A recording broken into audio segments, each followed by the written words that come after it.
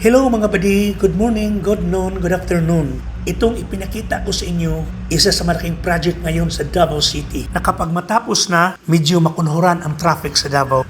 Mga buddy, unsa may Tagalog anang makunhuran? Dili mo ta makahibalo si Tagalog ana oy. Ang pinakamaayo ani buddy, Bisaya Tagalog lang ta para dili ta magkanda hirap. Ingon ana gid na mga badino nga ang syudad zero corruption masinso gyud. Unya nganong makaingon ta nga walay corruption kaysa usa gani ka syudad nga naay corruption, ang mga lumulupyo makaditik man gyud. Example, mangutana ka sa mga Davaoenos kung unsa karon ang Davao City. Unsay ilang tubag? Ang Davao City pinakamaayo tungod sa maayong pagdumala. Kung ang usa ka syudad dili maayong pagdumala, naamang gyud mga tawo nga mosaway. Pero diri sa Davao kung naay mga interview no, makita nimo ang response sa mga tawo no. Moingon sila nga ang pagdala sa mga Duterte maayo kaayo. Bisan ako, nakita nako ang maayong pagdala sa mga Duterte. Kung magisgot ta og peace and order no, the best ang Davao City. Kung ang mga Davaoenos pasultio no, sila ang makapamatuod kung giun sa pagdumala ang Davao City.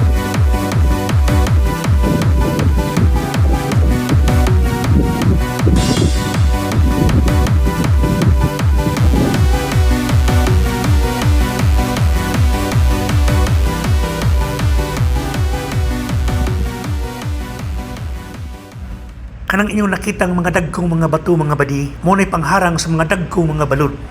Kini nga porsyon mga badi, wala pa rin naman, wala pa rin maagi og mga sakyanan. Ang mga sakyanan adto lang kutob sa Rojas Boulevard, diin nahimutang ang sikat nga Davao Night Market.